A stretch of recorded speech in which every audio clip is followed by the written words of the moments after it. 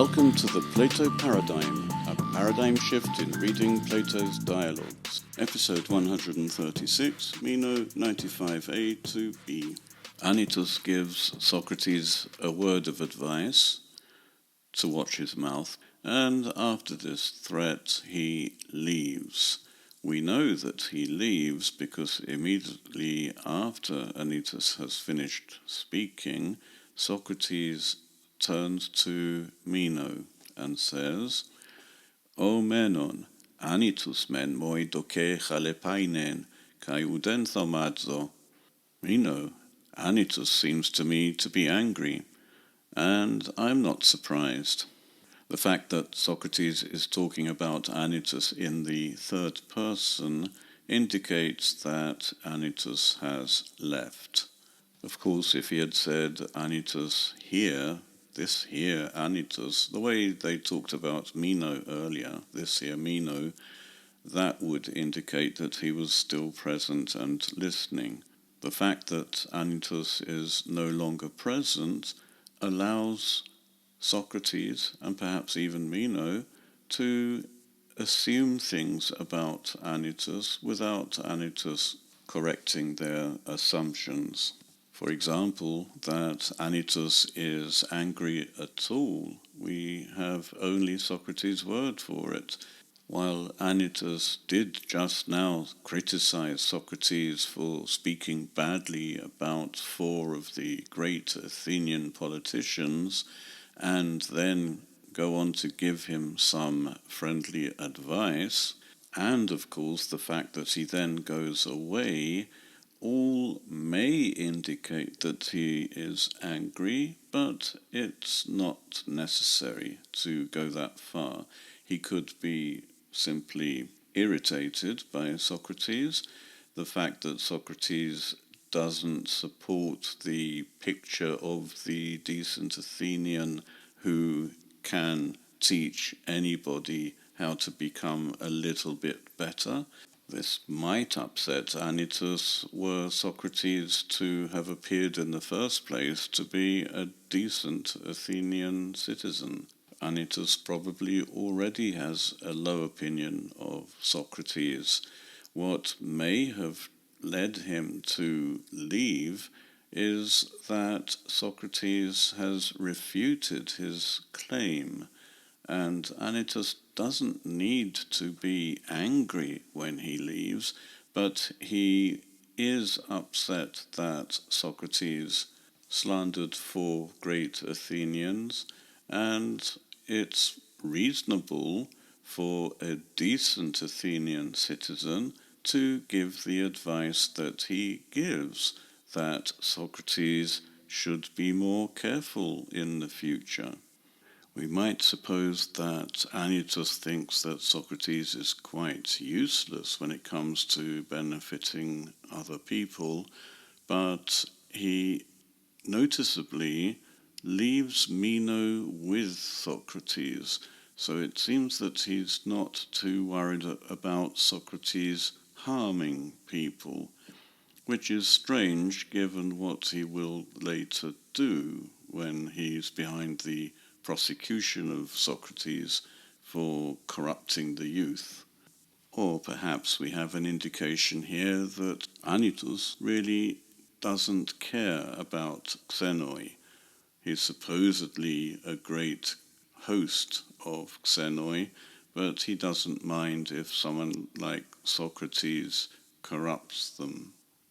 Anyway, Socrates tells Meno that Anytus seems to him to be angry, and he says he isn't surprised. We may already assume that Anytus might be angry because Socrates has said bad things about four great Athenian citizens, which is indeed what Anytus has already said, although he needn't have been angry when he said it. As I say, he may simply have been giving advice that it's inadvisable to say bad things about Athenian citizens if you want to have a reputation as a decent Athenian citizen. Socrates says he isn't surprised that Anytus is angry, and he goes on to explain as we would have expected, and then he adds something which we didn't necessarily expect. Oietai garme proton men kakegoren tutus tus andras, epeita, hegetai kai autos enai hes tuton. For he thinks, first of all, that I am slandering these men, and then he thinks that he himself is one of them. In other words, Anytus feels personally insulted, as if he is one of these great Athenian citizens. In what way does he think Socrates insulted him?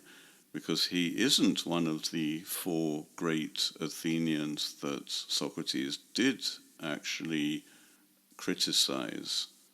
We should also remember that Anytus actually agreed with Socrates that these Athenians were unable to teach their sons arete. What then could Anytus take so personally? Socrates gave four outstanding examples of great Athenian citizens who were unable to teach their sons arete, so that he could make the generalization that arete is not something teachable. Anytus could then apply that to his own situation and understand that Socrates is saying that he, Anytus, is also unable to teach his son arete, and that his son is therefore a bad Athenian citizen. Even though this is not necessarily the case, given that some Athenian citizens seem to be naturally good. The only other reason I can see for Anytus being upset, if he is at all upset, is that Socrates has refuted his claim that any decent Athenian citizen can benefit other people, make them better, because Socrates has shown that they cannot teach this arete, the very thing they need to become better.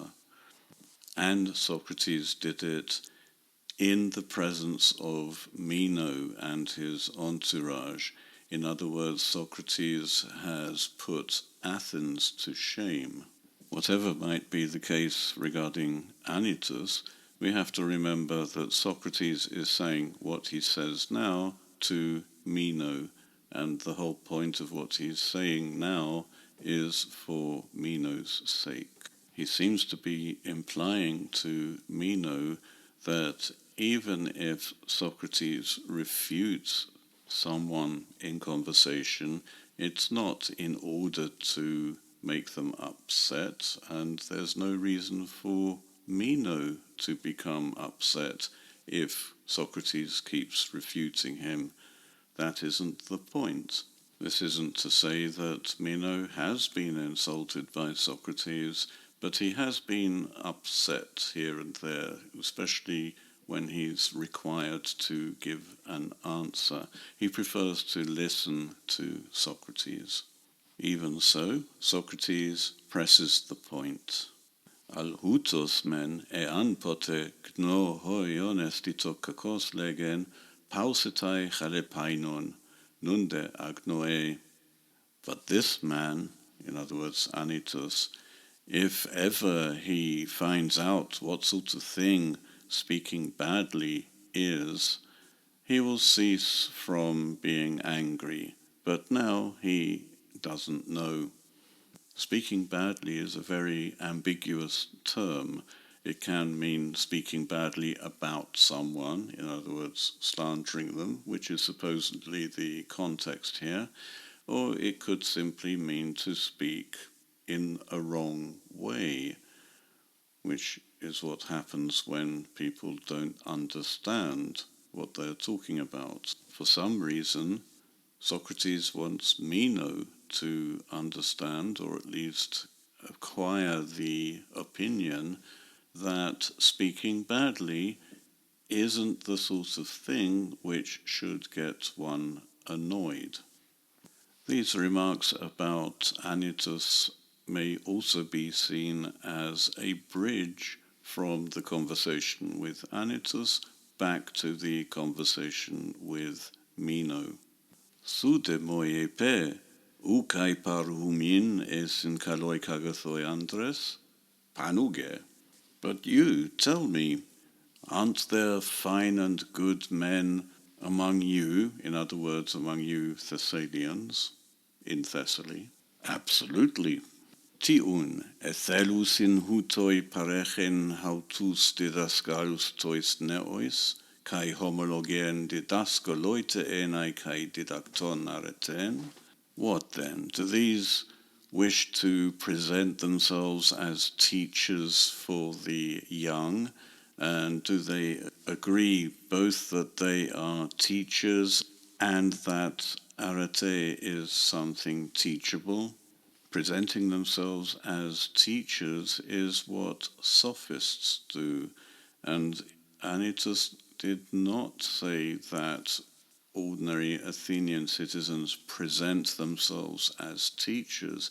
He simply suggested that they could give good advice. Aton dia, O Socrates, alla totemen an auton accusais hos didacton, totede hos ou.